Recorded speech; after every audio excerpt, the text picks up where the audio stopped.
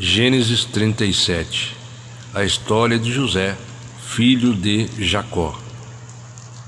Jacó habitou na terra de Canaã, onde seu pai Isaque tinha vivido como estrangeiro. Esta, portanto, é a história da família de Jacó. Quando José, seu filho, tinha 17 anos, pastoreava os rebanhos de ovelhas e cabras com seus irmãos. Cooperava com os filhos de Bila e os filhos de Zilpa, mulheres de seu pai. Entretanto, José compartilhava com seu pai sobre a má fama de seus irmãos. Israel amava mais a José do que a todos os seus outros filhos, porque ele era o filho da sua velhice, e mandou fazer-lhe uma túnica adornada. Seus irmãos perceberam que seu pai o amava mais do que a todos os seus outros filhos e odiaram-no. Tornaram-se tão invejosos que não conseguiam mais lhe falar de maneira amigável. Ora, José teve um sonho e o contou a seus irmãos, que passaram a nutrir ainda mais raiva dele. José lhes havia dito: "Ouve o sonho que tive. Pareceu-me que estávamos atando feixes nos campos, e eis que meu feixe se levantou e ficou em pé, e vossos feixes o rodearam e se prostraram diante do meu feixe." Seus irmãos lhe indagaram: "Queres acaso governar-nos como rei ou dominar-nos como senhor?" E eles o odiaram ainda mais por causa de seus sonhos e de suas intenções. Depois, José teve ainda um outro sonho e o contou deste modo a seus irmãos: "Tive ainda outro sonho. Desta vez o sol, a lua e 11 estrelas se curvaram diante de mim." Assim que narrou o sonho a seu pai e seus irmãos, o pai repreendeu-o com essas palavras: "Que sonho foi esse que tiveste? Iríamos todos então, eu, a mãe de teus irmãos e cada um deles, prostrar-nos, rosto em terra, diante da tua presença?" No mesmo instante, seus irmãos arderam em ciúmes dele. Seu pai, contudo, passou a refletir sobre o que ouvira. José é vendido por seus irmãos. Versículo 12. Aconteceu que os irmãos de José haviam saído, levando as ovelhas e as cabras de seu pai até os pastos que ficaram próximos da cidade de Siquém. Então Israel perguntou a José: "Não apacentam teus irmãos nossos rebanhos em Siquém? Vem, vou enviar-te a eles." E ele prontamente respondeu: "Eis-me aqui."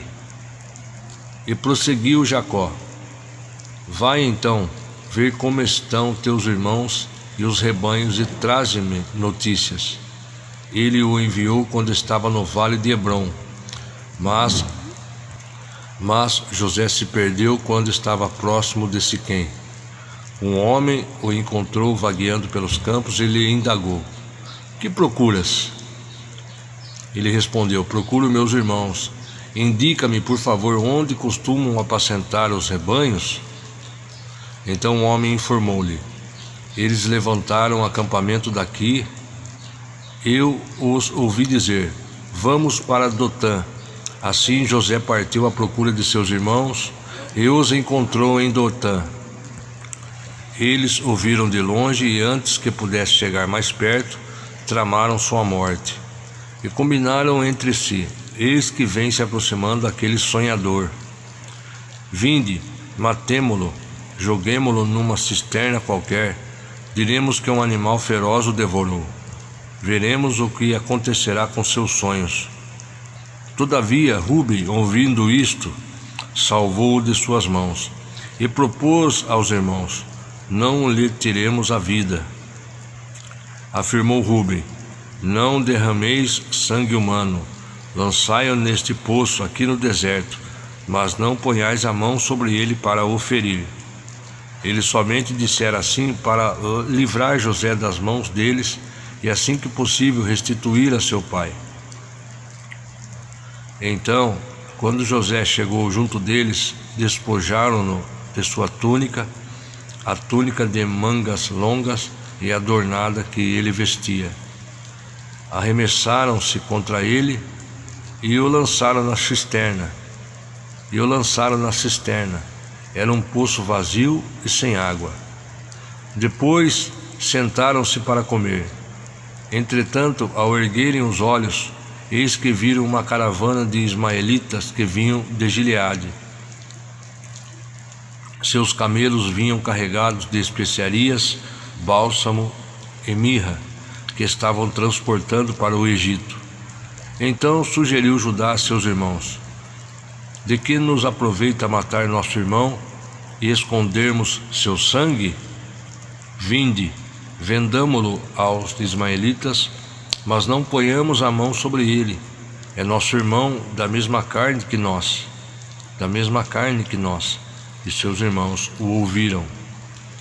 Quando passaram os mercadores ismaelitas, eles retiraram José da cisterna, venderam José aos ismaelitas por 20 peças de prata, a estes o levaram para o Egito.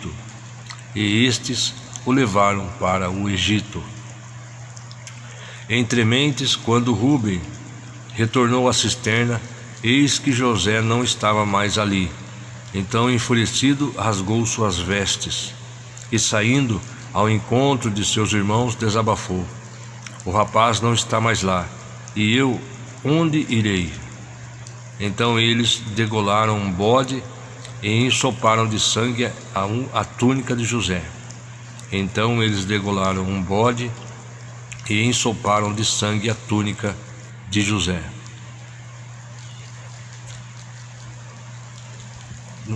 Vejamos aqui que mais uma vez um bode é usado para camuflar uma ação claramente pecaminosa e nefasta.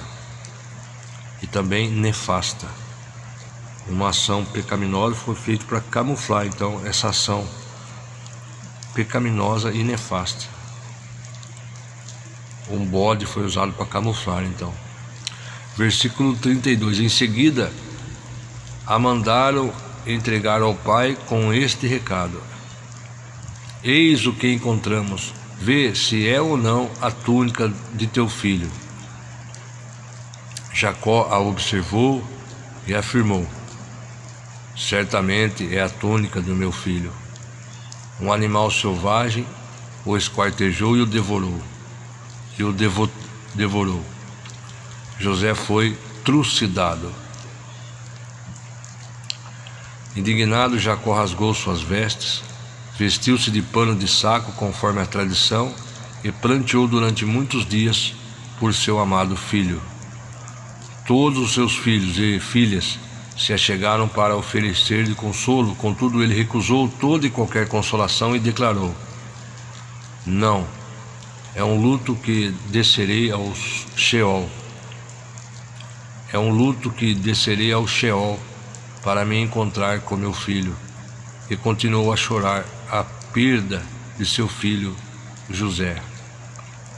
Enquanto isso, no Egito, os midianitas vendiam José a Potifar, oficial do faraó e capitão da guarda imperial.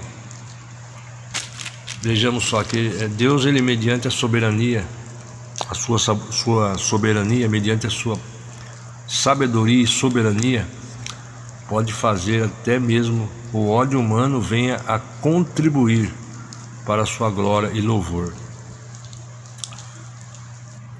Usar pano de saco, tecido grosseiro e desconfortável em vez de roupas usuais era um sinal de profundo luto e pesar. O pecado humano, a raiz maligna aqui descrita é a inveja. Atos 7:9. A mesma atitude que os líderes religiosos judeus tiveram para com seu patrício e profeta ungido, o Senhor Jesus Cristo, o Messias.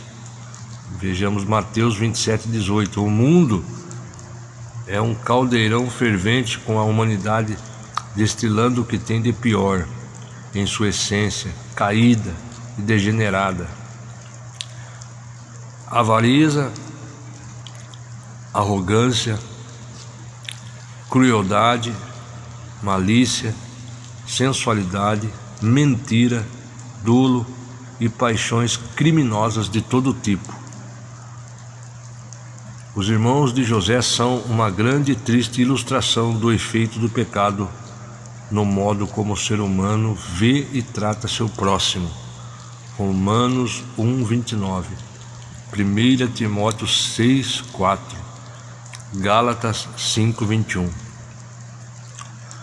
Contudo, o crente pode confiar no amor e na justiça de Deus, que a seu tempo transforma até o mal que sobrevém em bênçãos ainda maiores.